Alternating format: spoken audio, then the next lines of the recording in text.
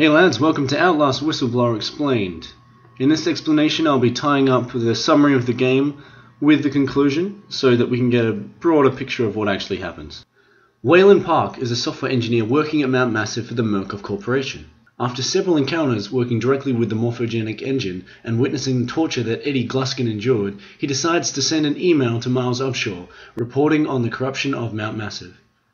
Shortly after sending it, he is caught by his employer, Jeremy Blair. As punishment, Blair and Park are committed and forced to endure the tests of the morphogenic engine.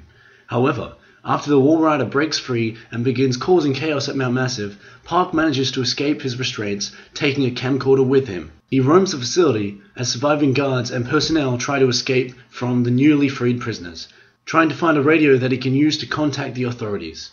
During this time, he consistently eludes a bearded, cannibalistic prisoner named Frank Manera, who wields a mechanical circular saw blade and tries to kill him in many ways, including trapping him in a furnace. Just as Park manages to find a radio, Blair appears and destroys it, insisting that no one can reveal the secret of Mount Massive. He leaves Park to die at the hands of Chris Walker, only for Park to escape.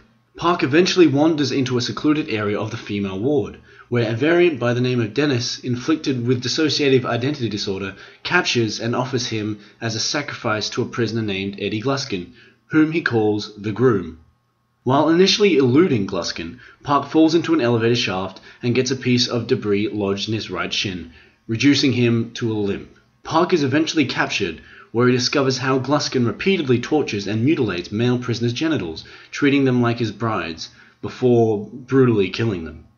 He attempts to kill Park in the same way, but Park manages to escape at the last second with the help of another prisoner who attacks Gluskin. After Gluskin kills the other prisoner and returns to kill Park by hanging him in the gymnasium full of hanging bodies, Park puts up enough resistance so that Gluskin is caught up in the multiple ropes of the pulley system and eventually is impaled by a loose wooden beam. As daylight finally breaks, Park continues throughout the asylum, discovering that Murkoff's paramilitary forces have already arrived at the scene and are killing every person they see. Park manages to elude them as they are all killed by the Walrider, and he manages to make it to the main atrium. There he finds a wounded Blair, lying against the front door and pleading for help. However, as Park approaches, Blair stabs him in the stomach with a glass shard, declaring that no one can know the truth.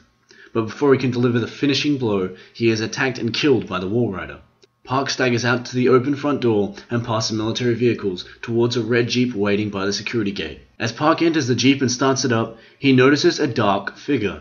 Miles Upshaw's Walrider-sustained, broken body slowly exiting the asylum with a dark mist surrounding it. He manages to escape and slam through the entry gates just as the figure exits the asylum. In the epilogue scene, a fully recovered Park has gotten in contact with a leaking organization to submit his secret information on Murkoff. Park is sitting at a laptop with a video file of all his recorded video from the asylum ready to be uploaded to the internet. A man associated with the leaking website standing in front of his desk informs him that it will be more than enough evidence to ruin the Murkoff Corporation, but warns Park that doing so will result in Murkoff doing everything it can to punish him in return, including threatening his family. Despite some initial hesitation, Park ultimately decides to take the risk and uploads a video, and the credits roll once he closes the laptop. Hopefully that summary was refreshing for anyone who hasn't played the game for a while.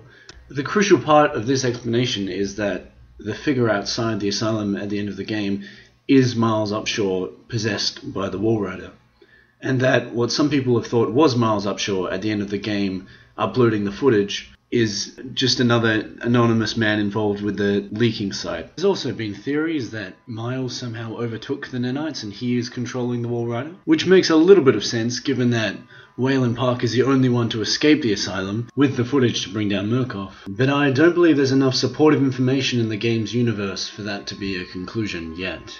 But that's open to further debate. I hope you enjoyed this video. Thanks for watching.